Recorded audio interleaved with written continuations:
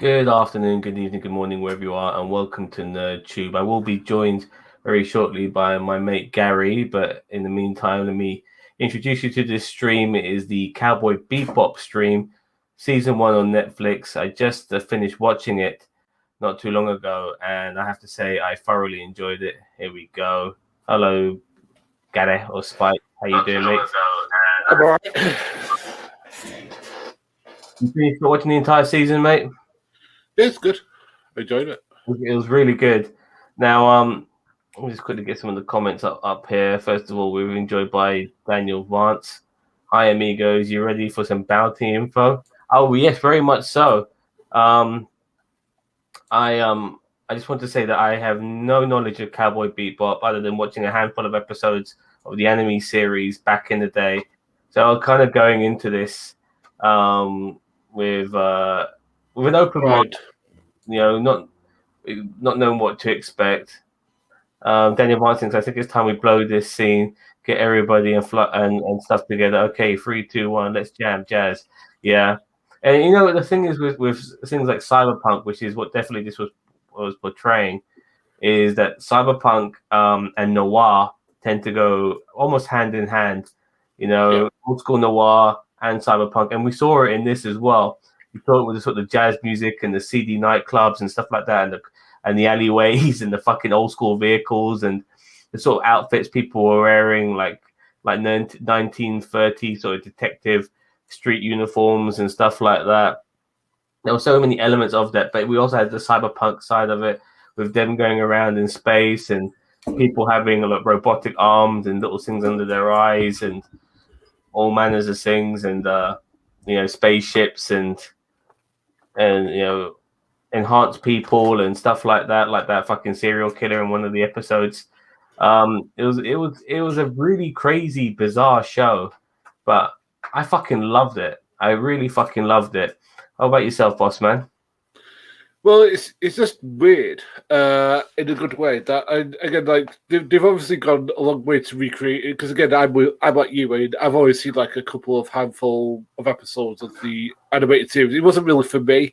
This is more for me because this is more like I don't want to say like Star Wars. It's more like I'm going to compare it now. I'm not comparing the atmosphere. I'm comparing the sort of thing it is. It's a bit more like Alien, where it's like working class people are in space, like talking about like what they've got to deal with, and that the fact they're bounty hunters is just cool. I mean, and the thing is that Jonathan, I think it's Jonathan. Is it Jonathan Cho? Or is it Jonathan Chen? I can't remember what his name is. John Cho, Jonathan Cho, Cho. Yeah. It's just funny that how he's had this like weird career trajectory, because he's gone from being the MILF guy from American Pie to being Harold. Or was it the White Castle movies he was in? Yeah, Harold and Kumar, and he was Harold. Yeah. Goes to White Castle. Then he played Sulu in the Kelvin universe. Yeah. And then he was in this film not that long ago called Searching, where he played a dad looking for his daughter online, like because she's got missing and stuff like that. And that was this.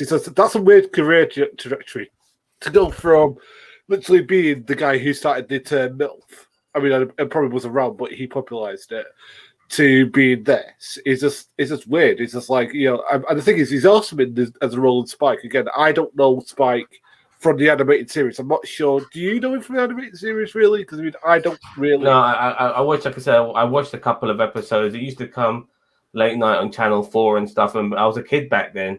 And I found it really difficult, to stay up till like 2, 3 in the morning back then to watch all of this stuff, especially watch it religiously, like it was shown back then. And then it kind of like, I just never got into it like everyone else did.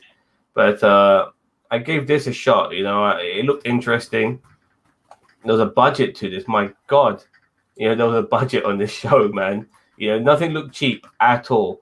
Like different scenes, different scenarios, lots of amazing sets. I just gave you a bath yesterday, so I'm just talking to my bird. Lots of amazing sets. I really was blown away by this, and I guess I can appreciate this more because I wasn't into the anime. I mean, I can hit a lot of people, for instance, LDG of the Geeks Enjoy, said he was not a fan of the Netflix show, but he did love the anime.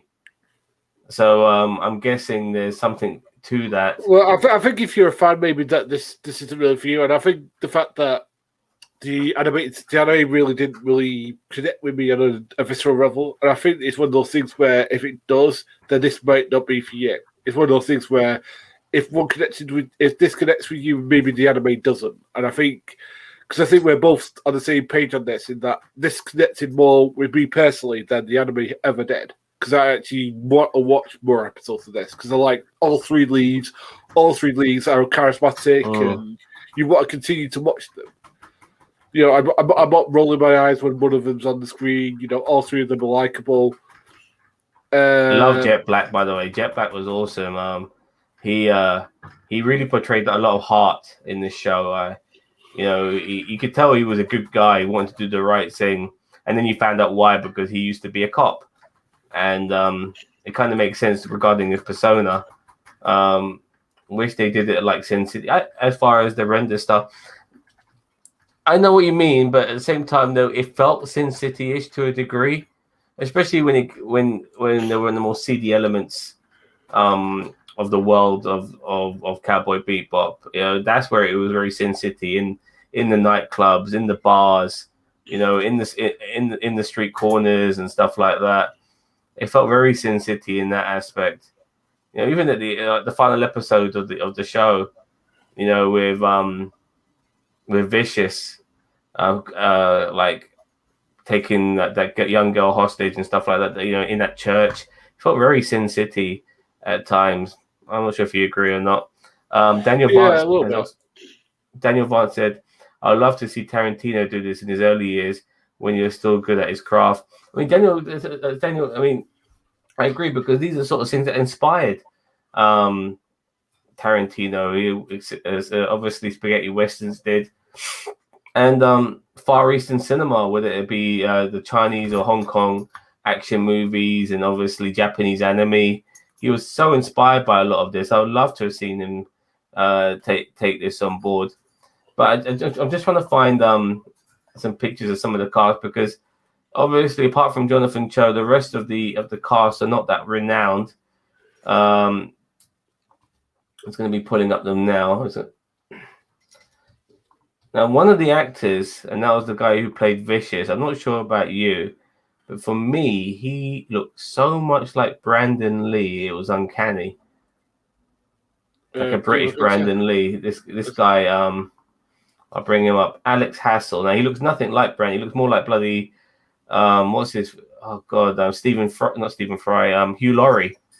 He looks more like Hugh Laurie in this picture.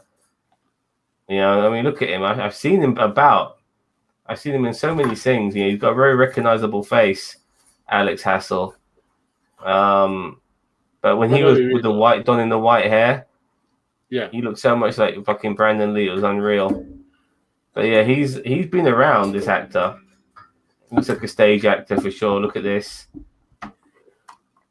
But he was excellent. I think he's one of those serious actors who does, like, you know, this sort of thing. Yeah, he's a very versatile actor too. I thought he was fantastic as Vicious. He definitely got into shape for it as well. But look at him here, you know, and then you look at him in, you know, I mean, he looks really in great shape here too. But he was really chiseled, really fucking chiseled, when he was playing Vicious. And you know, there's a lot of story to go here as well. Like we initially just catch up with. We start off with Spike and Jet doing their bounty hunter thing in the first episode, and it always felt. I mean, this was kind of worrying me a little bit. Like every time they had a score, it would fail on them. You know, like these guys had hardly any fucking money. Yeah. Every time they own a bounty, something would happen. You know, somebody would do the bounty will get killed, or they find that the bounty's a fucking robot, so they can't cash in on it. You know, their bounties just kept disappearing, and it just felt a bit cliched after a while. But I think that's the point. Is that they're good at their jobs, but the thing is that the people who hire them are flaming cutthroat assholes. Yeah, and his whole world of cutthroat arseholes. Daniela Pinedo, who played Faye Valentine, she was fucking great. She was really fucking great and really hot as well. Just trying to get some more images of her. Here she is now. Did she play? Let me look at this picture of her here. Did she play? Is it? What's her name? What's her name from Scooby Doo? Was that her? What, Velma? No. That's not Velma, no. No. She looks like a Velma right here. You know what I No, mean? no, the actress who played Velma is, what's her name now? The Cardellini? Oh, fair enough. No, because Daniel, what's her name? Pinoda? She was fantastic. Nevertheless, she was absolutely fantastic. I think the actress. I think the actress herself. Again, I think she might be bi. I'm not quite sure. Mero Vinnigan. That was the Vingien. Sorry, that was the French dude, I believe, from the Matrix. He's talking about. Yeah, the I very much enjoy Faye Valentine's character. You know, that scene, by the way, it was so funny because that mechanic, she was so fucking hot as well. But it wasn't until she bumped into Faye that I realized, wow, this mechanic is fucking hot. And then there was that lesbian scene which they had, which was beautiful. And then who else do we have? Obviously, we're going to go to Jonathan Cho now. Jonathan Cho is no spring chicken. He's 49 fucking years old. Don't get me wrong. He could easily pass for 30. No problem. He looked great. There were moments though when the camera caught his face, and I thought to myself, Jonathan, you look a bit old, mate. You know, but well, that's because he is old. But he still can pass for 30. No problem. Yeah, but I don't know how long he can. I mean, he'll be in his 50s when he plays Spike Spiegel again. You know, if they do a season 2, which I think they will. With it, with the way it ended and stuff, when you saw that Melissa character, who was one of the main characters who was missing in this entire season, but we saw her pop up at the very end. Putting her face right into Spike's face, and when he's out on the floor, and so I think she'll be a prominent character next season. But yeah, like I said, if he's 49 now, fuck me, man. I just hope he can still pull it off. But he was in great shape, physically, he looked good. Good actor. He's been with us, mainstream from MILF Guy to, as he said earlier, to Harold and Kumar to Sulu to now this. And it's in a way it's good that he's leading his own film, his own television show to a degree. But I would have chosen somebody else. I guess they wanted somebody relatively famous.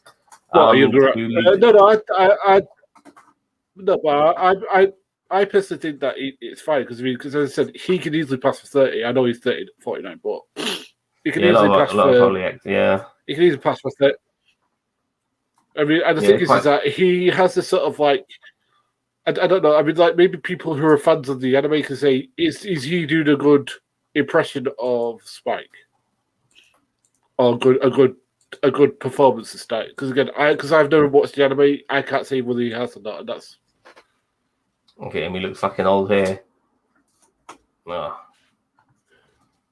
But all right. Let's have a look at for in my opinion the my favorite character of the show, Mustafa Shakir. Now, was this the guy who played Bushmaster? Yeah, it was. This is Bushmaster from fucking Luke Cage. From Luke Cage. Yeah. My God, he was so different in this movie. Absolutely different beyond belief in this movie. I keep calling it a movie. In this television show, and I loved him as Bushmaster, and his West Indian accent was spot on. And when I watched some interviews of him on when Luke Cage initially aired, season 2 of Luke Cage, I believe. I was I was shocked to find out that he was not even he wasn't even Caribbean. He's American. Yeah. But yeah, he was really good in this. I mean, I thoroughly enjoyed his performance. He looks so different compared to the pictures you see now. He's unrecognizable. But they got the beard right and everything. They got the look of him right.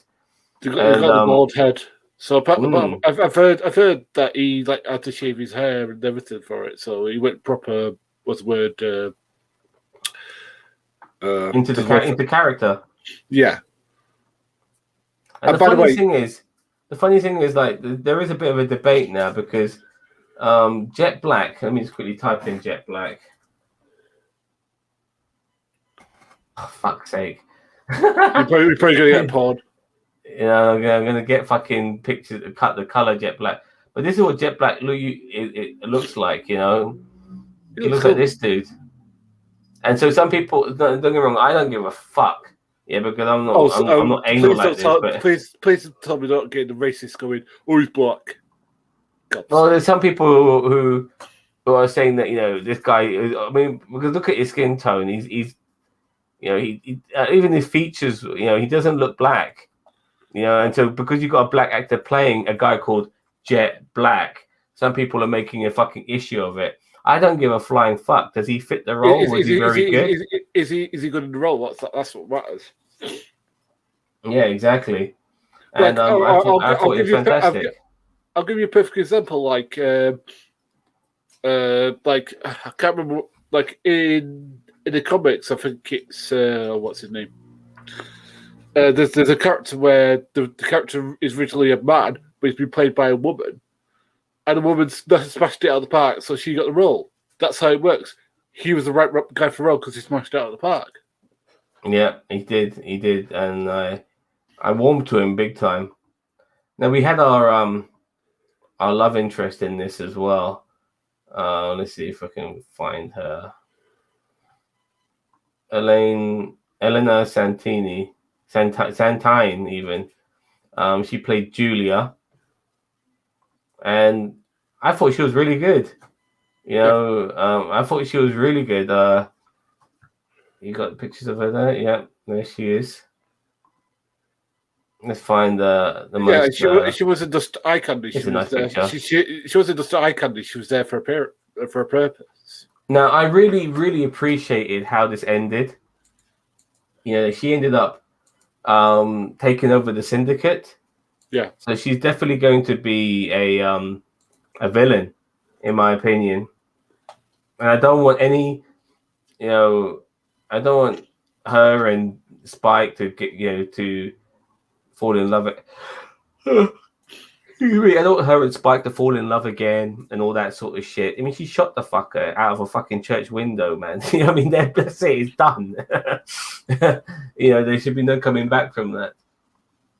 I thought she was great. I like the sort of arc she went through because I actually thought she was going to die at some point. I really did, and I'm glad she didn't. I'm really happy she didn't because I thought it'd be very cliche to let the lovely young lady, the love of this guy's life, die just to get him more angry and stuff. But the fact that she turned heel and she ended up taking over the syndicate was great. And at the same time, I'm very happy that Vicious didn't die. Because I thought because you don't want to be killing off your villains so soon, you know, when there's more to extract out of them. We find out during the course of this show that Spike Spiegel was a guy called Fearless. He used to be part of the syndicate. Him and Vicious were basically the top heavies, the capos, so to speak. Well, you can tell by the way he moves and things like that. Because, like, you know, because like I mean, good character can be cool when it's done well, and this was done very well. If you know what I mean, you know what I mean, where you're doing kung fu, but you're also doing good shit. That's what gun fu. I call it good character, but you know, similar sort of thing. Yeah, whatever you want to call it. Anyway, yeah, and plus the thing is that I don't care.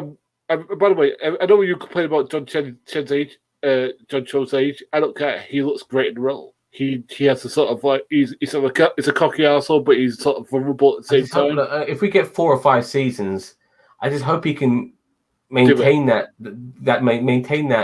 youthful look, you know, before he hits his 60s.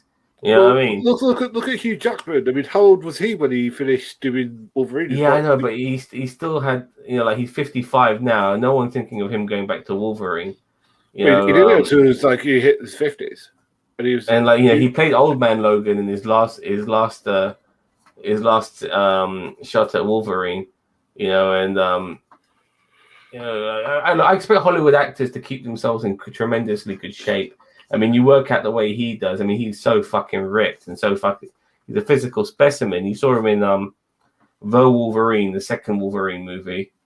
My God, his physicality was outstanding. And Joe doesn't have to get his body out. He just has to keep in reasonable shape. And he was shirtless on a few occasions just to show that he's in great shape.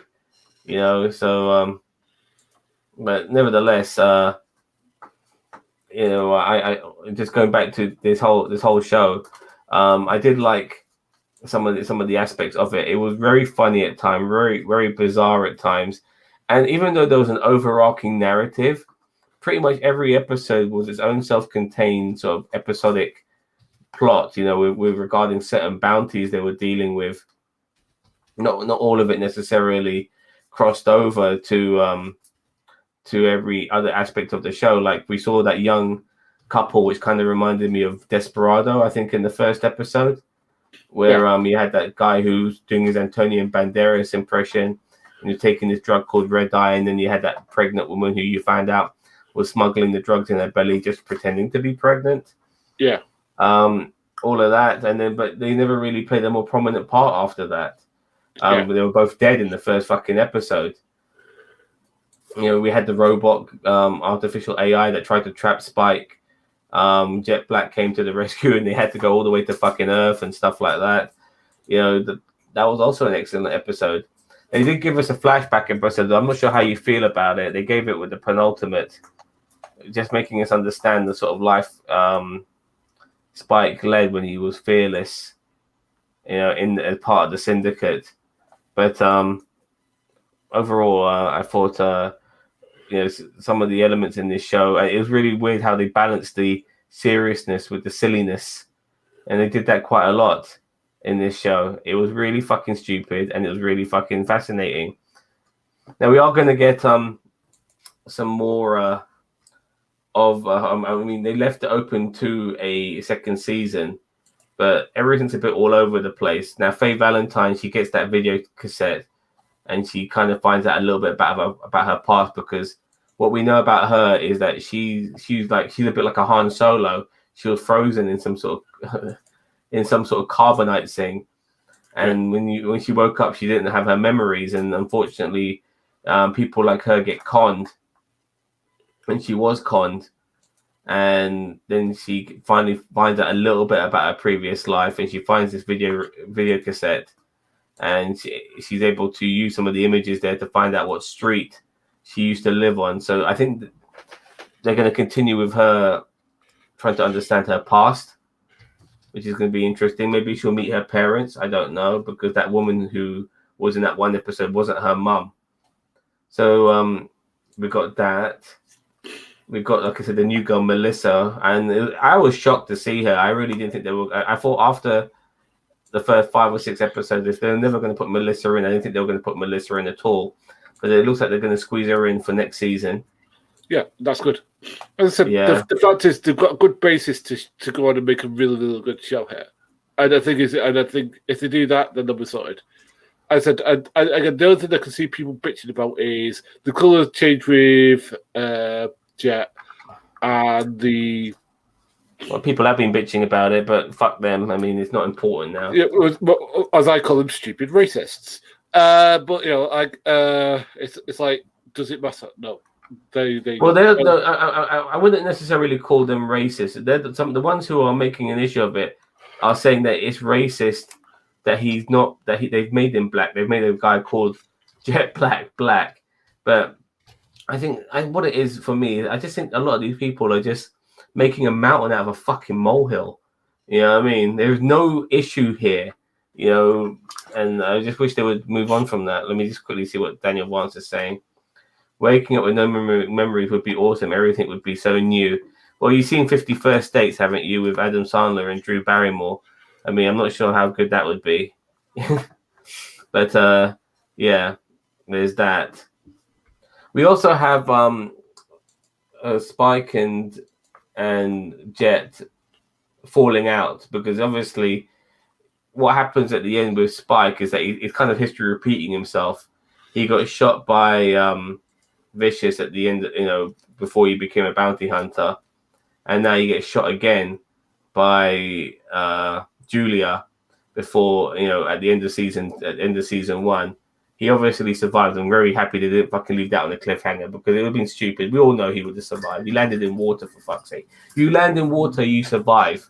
You know what I mean? Unless you're fucking Max Zorin from A View to a Kill. If you land in water, you will fucking survive. So him and Jet Black obviously have a falling out. So it's going to be interesting to see how they rectify that, because Jet Black is pissed off with fucking with Spike. Jet Black's daughter almost fucking died because of Spike. Him not being honest. His involvement with the syndicate almost got her killed. And I was so sad at the end as well, when she goes up to the stepfather and calls the stepfather daddy. I felt so gutted for him. Everything's been bad for Jet Black. He gets framed for a fucking crime he didn't commit, loses his fucking badge. The guy who could have got him cleared, he ends up killing. And now his daughter doesn't even recognize him as the dad anymore. It's crazy. So he actually told Spike, if I see you again, I'll kill you. So how are they going to resolve that one? I don't know. I'm sure they will.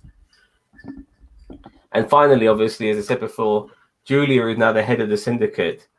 A beautiful lady in charge of the whole fucking crime, now a crime lord as well.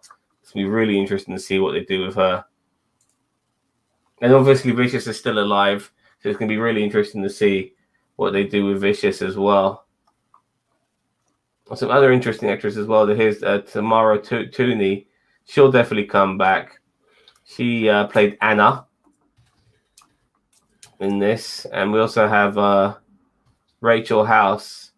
She oh my god, this is Rachel House. She was in Thor Ragnarok. She played this character. Do you remember? Yeah, I remember that. Damn. She kind of played a similar character to a degree in this show. Like she dressed up a little bit. She was working,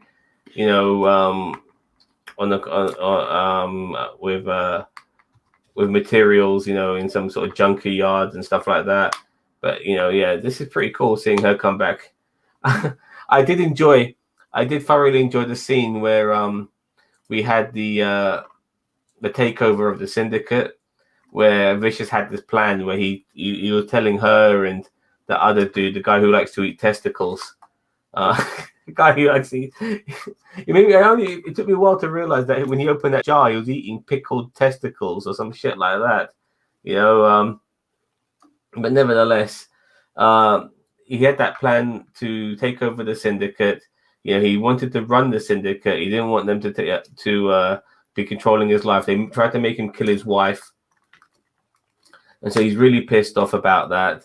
And he has this plan. And he knew that the people he would let in on the plan would betray him. He was one step ahead of them.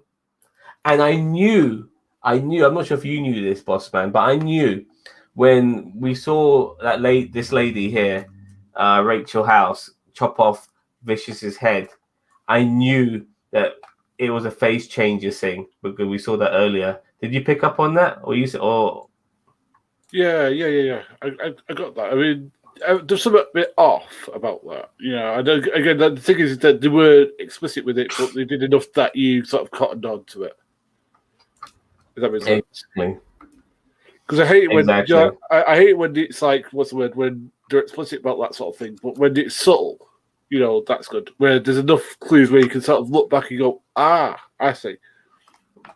Yeah. Enough breadcrumbs that you can follow it, if that makes sense. Face changer was so funny as well, because this one black dude pretending to be this white dude. It's so funny. He came across as so doofus like when he was the white dude. Oh god, he made me laugh so fucking much. But I did enjoy the way he took over. Like he basically double crossed them, and then we found out that his dad is the guy from Lord of the Rings. Vicious's dad.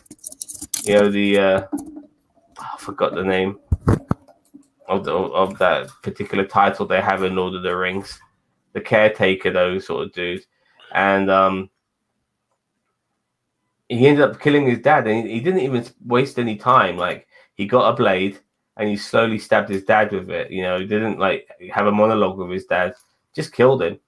You know, didn't waste any time, and then now he's in charge, and that was pretty cool as well. Seeing all the entire syndicate die, but they're fucking stupid anyway. You know, with their stupid masks and stuff like that.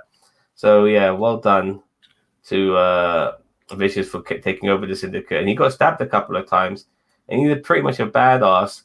But at times, you know, he came across a little bit incompetent, and Fearless seemed to be way more competent.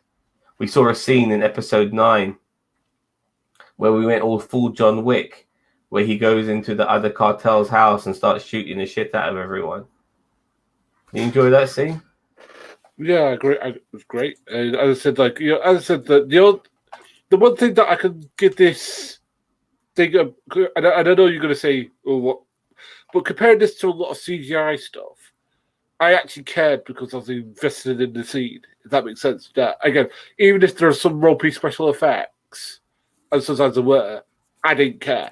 And I think that goes to see that this CGI stuff needs to be less, and they need to do some more real stuff, if that makes sense. You know, they need to put some more realistic stuff. So, because the thing that took me out of scene sometimes would be the rubbish special effects. Sometimes, it wasn't because I wasn't invested. It'd be like, you thought the special effects were rubbish.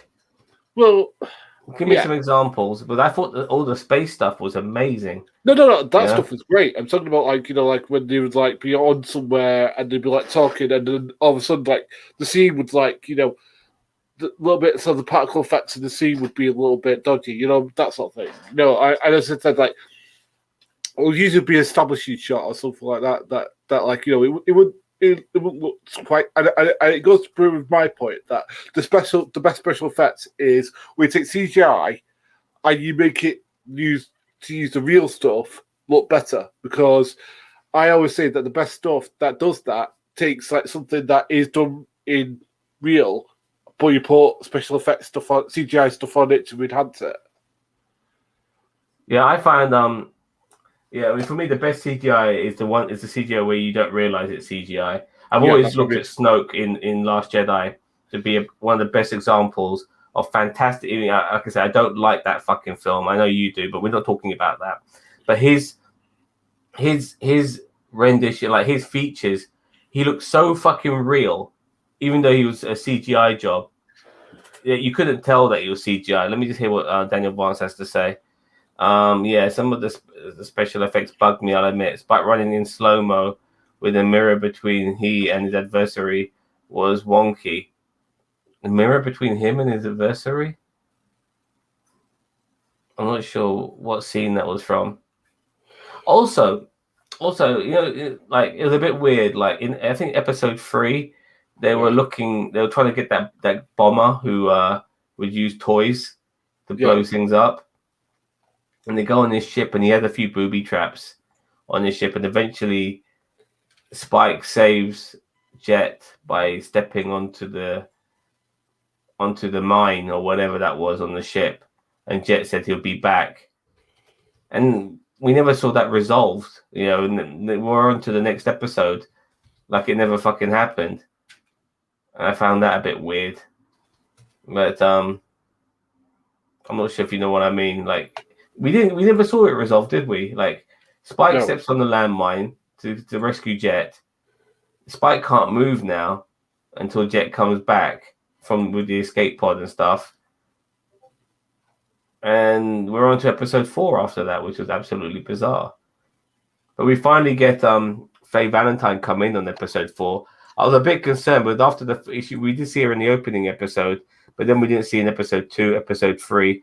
She comes in episode 4 looking amazing. And then we see Andrea Barbeau. I haven't seen her in a long time. You know, she was only in this episode, but she used to be in a few John Carpenter movies back in the day. She was famous for being in Escape from New York. And she's also famous for being his wife. Sorry, it was she. Oh yeah, and she's John Carpenter's wife. Yeah, Ex-wife. ex-wife. My bad. I do recall actually them being married, and it was really good That's to see her in this scene where she played some sort of eco-terrorist, well, with her fucking stupid and plus kids. she still looks great at whatever age she's. What she's got to be. She must be in her 70s now, Yeah, yeah. 60s or 70s for sure. But then they had this weird weapon, and this is like where the show mixes its seriousness with its silliness. She has that weird weapon where I'll stop the screen here. Where she has that weird weapon where people can turn into trees, and I loved it. I fucking loved it. You can see them; they're like roots are coming out their fucking bodies and shit. And well, I mean, I've heard of tree hugging, but that's ridiculous. yeah, I think that's the sort of thing that the sort of thing they did in the anime. I think they would use like people who when they see the tree hugging, then they would like literally make it literal. And by the way, as I said, this first season I think is a good jumping off point for the rest of the stuff. As I said, this is probably one of the strongest Netflix openings I've seen to one of their shows in a while. I'd probably say, I'm trying to think when the last time they had a really strong opening like this. I still recommend watching Arcane League of Legends. Superb. I've not seen that yet. Yeah, when you watch that, you'll find a very good show there too, in my opinion. I'll have to give a look at that. Are you going to do a review of that when all the episodes are out on it? Well, yeah, then the last 3 episodes are out. But Netflix did something which was very surprising. They releasing 3 episodes every week, which is not very Netflix like. Usually they let you binge a whole fucking season. And on this occasion, they were releasing 3 episodes every week. So the last 3 episodes are out now. So I will watch that after I'm done here. I'll actually maybe tomorrow I'll watch it because we've got to do our football show a bit later on as well. Yeah. But yeah, it's fantastic. I love cyberpunk and I love steampunk. I love both those punks. I love them a lot. Diesel punk, not so much. But cyberpunk and steampunk, I fucking love them both. And when they're done right, I think this was a collage of the two. To be honest with you, there were moments where it felt a bit steampunkish, yeah, but because it's like when you see spaceships and them flying around here, there, and everywhere, and I'll put it more in the definitely more cyberpunk. But when you watch Arcane League of Legends, you'll definitely see steampunk, which is really good. Yeah. Gwyn from Prodigy is the same voice as Jinx in Arcane. Oh, wonderful.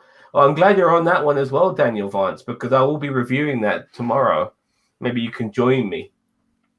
I'm on the last. I'll be watching. I've only seen 6 episodes. I have to watch the last 3, but I'm totally invested in that show. It's fucking brilliant. But yeah, but regarding this show, I'm very happy to have watched it. I can't wait until season 2. There were so many amazing moments as well. Like we've got the dog. Was it Ein? The name of the dog? Ein. E-I-N, I think. Yeah. I think it might be Einstein. That was awesome. Yeah. Corgis are awesome, man. Yeah, I love corgis. They're such mischievous but lovely dogs. You can't help but just love them. And I like the way that they had no idea what a fucking dog is. That was so bizarre. But then we find out that in this timeline or whatever period in the future they're in, dogs are like super expensive. They're like worth. So it reminds me a lot of 25 million woos. Reminds me a lot of Blade Runner at that point, because the whole point of if you've ever read the book, which you might not have, is that he's trying to afford a dog because it's like an expensive item, because dogs are, a lot of them have died and stuff like that, so a lot of them are very expensive. So it's the ultimate symbol of power and friendliness and stuff like that. So and I like the fact that they're leading into that a little bit. Well, that dog was the weakness for that serial killer, that mass murderer, which Vicious released. And by the way, Vicious was really vicious. So just to go before I go into that, the amount of people he just blindly murdered when they were making that red eye drug. He had all those people, like he had their eyes sealed with string, which was fucked. But then once the syndicate realized that he was doing this shit behind their back, he had to dispose of them. So he just killed them without any remorse. And then he was killing all those fucking other doctors and stuff like that at that sort of security prison where they were experimenting on that guy, and he just slaughtered them all, including the final doctor. But we found out that that big guy, he doesn't like dogs. Like, dogs is his fucking weakness, like the barking of dogs. But he has a fight with Spike, and Spike seemed like a guy who could handle himself. We saw on many occasions. Yeah. He knows how to fight, but he was struggling with that big dude. I'm sure that big dude has been in the animated shows. I was thinking to myself, I'm sure this is an Easter egg to the animated shows, but I didn't recognize him. He was a bit Joker-esque. He was like a Joker with muscles. You know what I mean? He was fucking massive, and he had all types of weapons, all types of guns, and then he lures Spike in at the end to an abandoned fun fair, and he goes full on Joker at that particular moment, and he's like, but eventually Spike kills him. He gets stabbed once, and the guy starts crying like a bitch. It's so funny. Yeah. You would think he'd be able to take a lot of pain, but no. The moment he got stabbed, that was it. He was done. He didn't even stab him like in the vital organ. He stabbed him in the leg. But nevertheless, it was too much for him. Yeah. And he ends up sending him into space, and he dies. Loved it. I loved it though. Like this show is just it really catches you off guard how bizarre it is. Like, sorry for going on, boss man, but like the episode with Faye Valentine's fake mum, the con artist woman. Like, there's a guy called the Mink or the Iron Mink, and he's chasing them down and shit like that. And then everything's a con. Like it's like she ends up saying some sort of safety word, and Iron Mink ends up killing his right hand man, and her and the fake mum start making out, and like, what the fuck? It's like, what am I watching here? It was just so. It was just like absolutely crazy. There's just so many moments like that throughout this whole fucking show, but I loved it. Pacing was great, by the way. Really good pacing. Never really a dull moment. And I'm not sure. I wasn't necessarily happy with a flashback episode. Flashback episodes I don't really enjoy them, especially when you're trying to progress. But fair enough, you had it on the penultimate, and you did have a great John Wick moment in that flashback episode. But overall, I love this show. I can't wait for season 2. I'm already typing things down. I think this show has been very well received by the looks of things. Well, I think a good show will do. I mean, as I said, like, there might be fans of the anime who might not be the biggest fans of this, and again, that's fine, because again, like, it's never going to be a one-to-one. What's the word? Rendition. Yeah, I know what you mean, and I think people need to stop thinking like that. Personally, it's very difficult. Like, like for instance, like comic books. People expect comic books to be exactly like they are in the MCU, but I feel the heart is there. Like Civil War, it was kind of done differently to how it was in the comic books, but still, it felt comic bookish. It could have been a totally its own version of Civil War, and the comic books being art done on paper, as well as it could be cartoons as well. It's always going to be different. It's really difficult to transfer one genre to another. It always has been. I mean, look at the other Tom and Jerry live action. It's fucking stupid. It's just so fucking stupid. Why did they bother trying to make live action Tom and Jerry? They done live action Scooby Doo, for fuck's sake. What were they thinking? It's fucking shit. I don't know how you found the Scooby Doo movies, but I think they're fucking stupid. The only good thing about it was the guy who played Shaggy, who was superb. But everyone else. Sorry. He was born to play Shaggy. He was born to play Shaggy. He was superb. But CGI talking dog. Are you fucking mad? What I mean? Honestly, it's just so stupid. I just. It was quite bad. But the thing is that the thing is with me is that, as I said, I don't mind, as I said, like, we're going to get a one-to-one adaptation that makes you happy if you're a fan of the thing. But the thing is that if it's a good remake, it's a good if it's good product on its own basis, why doesn't you care? Like, all right, I'll give you a perfect example of what I mean. All right, have you ever read The Prestige, the book? I've only seen the movie. All right, the book's not like the movie. It's different in a lot of ways, Okay. right? So, Christopher Breese, the guy who wrote it, wasn't very happy with Christopher Nolan's version, which I think he's a stupid idiot for saying stuff like that, because the film is great. It's not like his book, but it's a different version of it. It's doing something different than he did in his book. And both books deal with the same sort of subjects. So the thing is that that's a good rendition where they take the same thing, but they do their own thing with it. The worst rendition of that is when they did. I'm trying to think of something like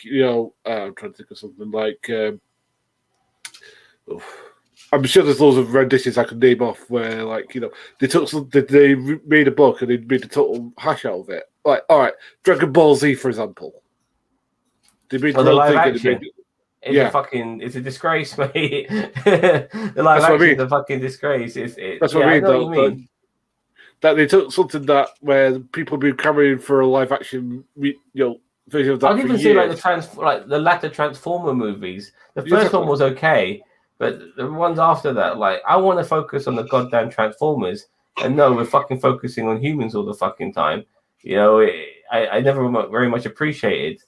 And this was trying to keep as faithful as possible to the animated show from what I saw. Like bloody Spike Spiegel, Faye Valentine, Jet Black. They were wearing the same goddamn clothes the whole time. Like Spike Spiegel, the only thing I'm going to wear is this blue suit with this popped up collar and this black tie. That's it. He pretty much wore that. On a couple of occasions did he wear something else. Same with Jet. Same with Faye. They had their same outfit and they wore their same outfit. And that was very much keeping traditions to the animated show, because in cartoons they always wear the same fucking clothes all the time. So there were some things that were very similar, and they kept the tradition and stuff like that. I like the fact that this was adult orientated as well. This wasn't made for kids. This wasn't kiddish at all. There was a lot of effing and jeffing. There was sexual scenes as well. You could tell that this was definitely a show made for people who watched Cowboy Bebop in the late 90s, who have now grown up and they want to see something that resonates with them, as adults, and I very much appreciate that too. Same with the upcoming He-Man, which will be coming soon, by the way. So a couple of days, mate. By the way, 23rd of November, I believe. Yeah, that's 2 days. That's Tuesday. Yeah. So I can't wait for that. But overall, just giving the show a lot of praise. I did 2 trailer reactions to this, and the first trailer reaction I did on my own, and it was the one where they're pushing all these fucking stills to one side and stuff like that. And I thought to myself, my God, this looks really shit. And then I did the trailer reaction with you, where we actually saw images from the show, and I thought, wow, this looks fucking really good. And I'm really happy it ended up being really good. I'm glad sometimes you can watch a trailer and think it's shit, and then you watch the show and it's really good. While most of the time you watch a trailer, you think it's going to be really good, and you watch the fucking film and it ends up being really fucking shit. Yeah. So I'm glad this was the opposite.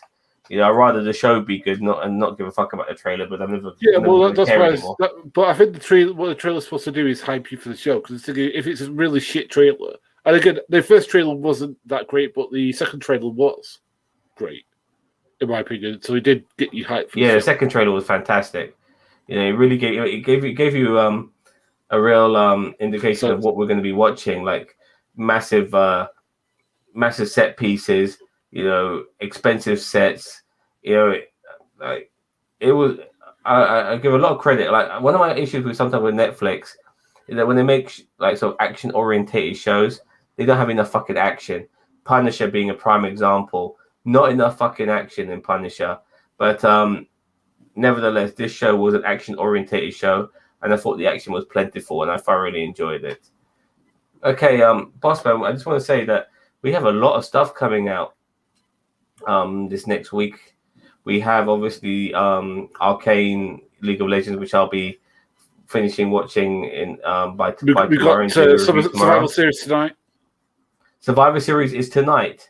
Yes. Yeah, that's one of the big 4 pay-per-views that never gets enough love, in my opinion. And in my opinion, piece of shit. because they've not built it enough. And so I mean, you didn't know that it was no. Oh, sorry, it's not.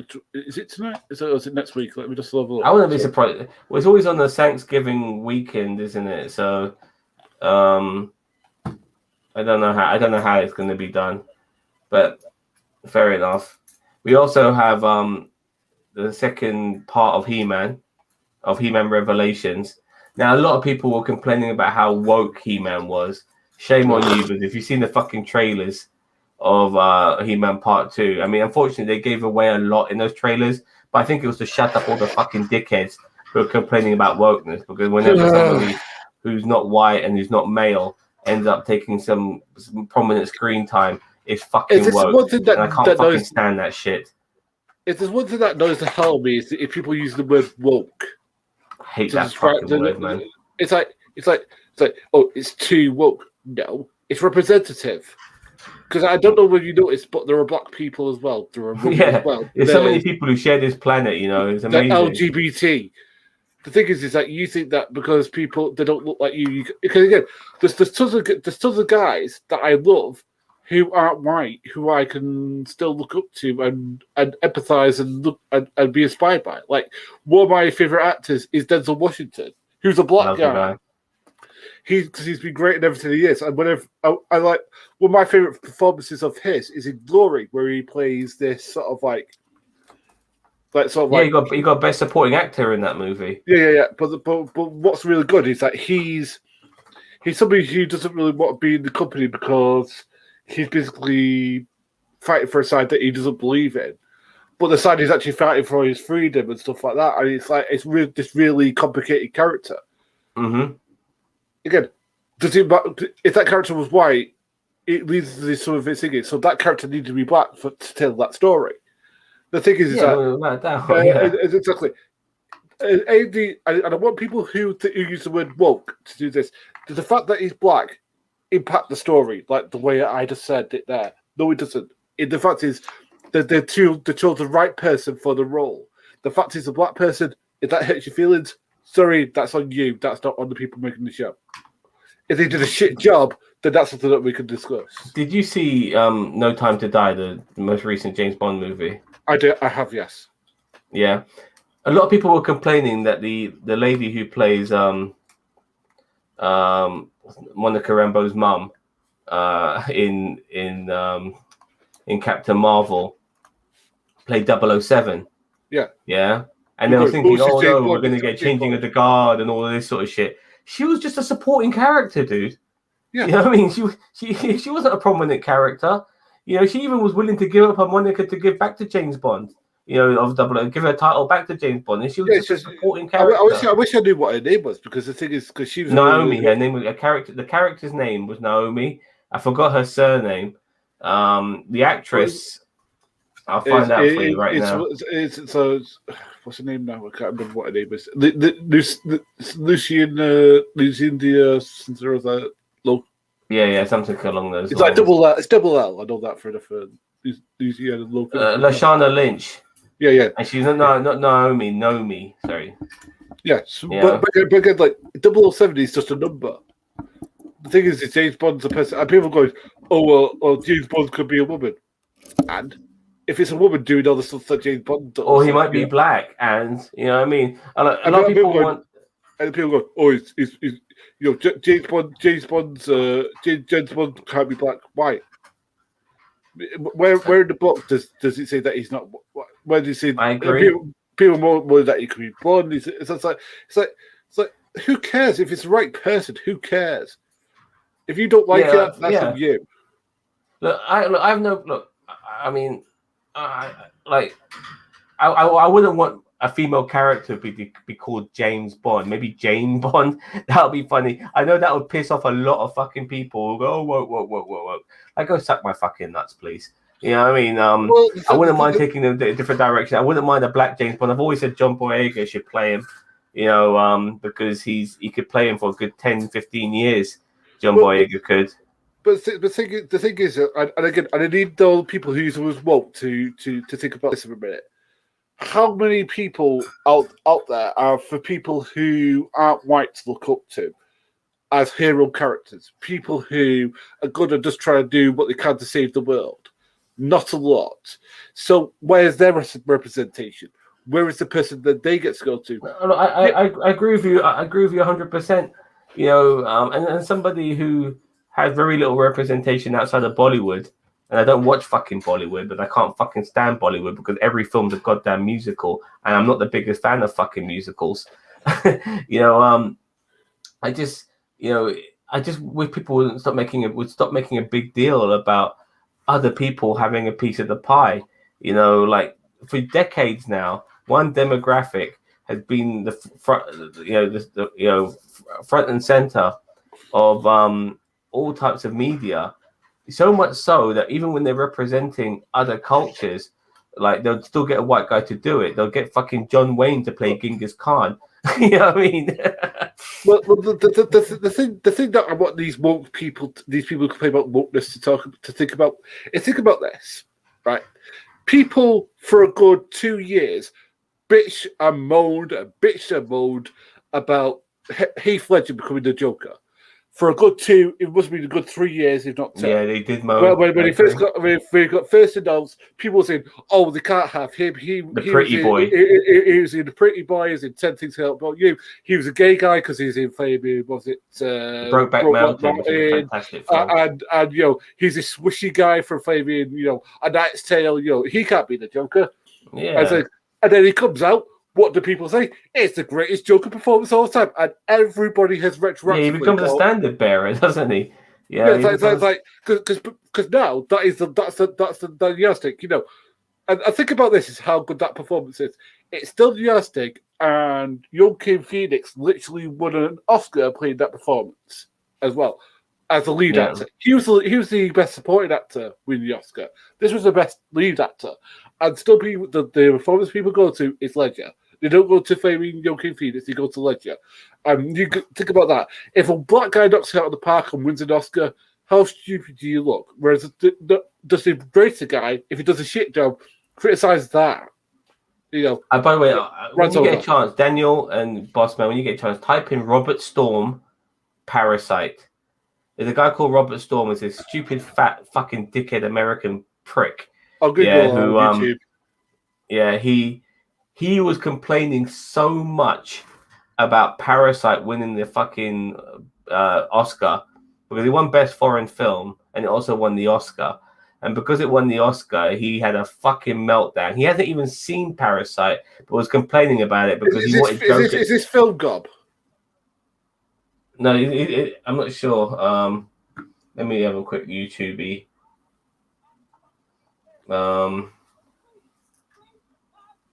Robert Storms, Parasite. Now, there's a whole bunch of people who've basically analyzed him. He got his own channel. He got a 5-minute, 32-second reaction on his own channel. But the best ones are like people like Bosch, who dissected him. This guy, man, it made me laugh so fucking much. Actually, let's watch it. 1 second. I'm trying to find it. I've got where it's Parasite Guy 2021 Oscar reaction. Is that it? Yeah, well, let's watch it. You guys, you ready? What the fuck? Oh yeah, this is. Hand and tell me, for the love of Christ, how many fucking people in the United States of motherfucking America? How many people in goddamn America? Well, a lot of things have definitely changed this year. That's for sure. He's lost a bit of weight finally. Is this the one? Hey guys, welcome back to the channel once again. I am Robert Storms. As always, for the very first time. No. I want the full-on meltdown. I'm trying to see if I can find it.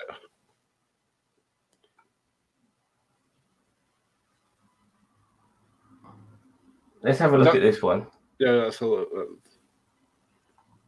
Let's have a look at this that one. Film Gob one might be it. So, Parasite. Okay? I don't know what Parasite is. I don't give a shit about Parasite. It's fine. It won Best Foreign Film. You know why? Because it's a goddamn foreign film. Marriage Story, 1917. 1917 is a foreign film, you fucking idiot. But Parasite, which won Best Foreign Film, Best Director, Best Picture. I'm sorry, if you won Best Foreign Film, you should automatically be invalid to even be qualified to win Best Picture. You should. And it pisses me off because Joker, let's talk about Joker. About how people in high places look down and frown upon the poor, the poverty. But no, forget all these fucking social problems that Joker touched upon. Let's have a better woke agenda. And let's go fucking woke, and let's give Parasite, the first fucking thing they said, Parasite, the first foreign language movie to ever win Best Picture. Well, I'm pat yourself. Actually, it wasn't the first foreign film to win Best Picture. So it's bullshit there. No, it was the first to win Best Picture, but there had been nominations. I am sorry. This is fucking ludicrous. Those It's four films fucking that asinine. I can't believe this shit. And Yeah, again, maybe it was the best. I wanted Joker to win. I think it was the could have best been any foreign fucking film to win Best Little Foreign Film fucking and women, Best I Picture. don't Then give a fuck. maybe he won You both, guys but he won could've gave both. That shit to fucking. I don't care. Shazam. You could have given it to Shazam. I don't care. Give it Well, to a film Suzanne. I'm shouldn't loving be reading the nominated fucking. for Best Foreign Film, and then also have the opportunity to win Best The captions Picture. are on this. Because I've none of closed the other captions. Best This is Picture recorded with nominations had a captions. chance to be nominated for anything else. Because none of the other Best Picture nominations had a chance to be nominated for anything else. You know, I mean, yes, the technical. Perfect. But you can see what we're having to deal with here, like absolute fucking idiots, you know, who just, oh, I didn't get my way. I didn't get what I wanted. You know what I mean? I didn't get what I wanted, and because of that, I'm going to throw a fit.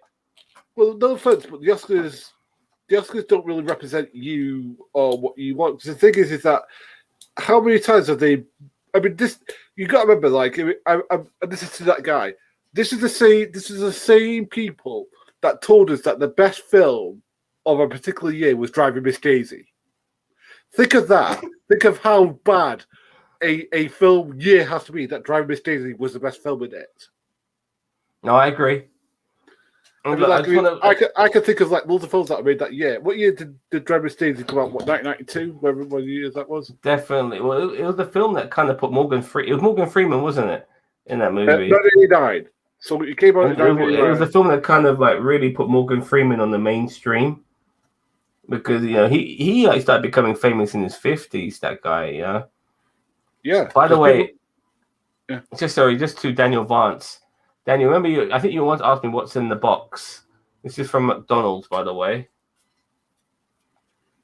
Right. So this is what's in the box, Daniel. All right. This all right. I'm going to name the other films that it beat to be best picture. These are the other films that it beat to be best picture. Driving Miss Daisy, right? Born on the 4th of July. Fantastic movie. Dead Poet Society. Field of Great Dreams. movie. And My Left Foot.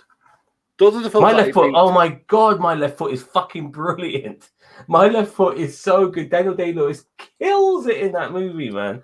I forget, you know, what a great actor. You know, oh man, My Left Foot is so good.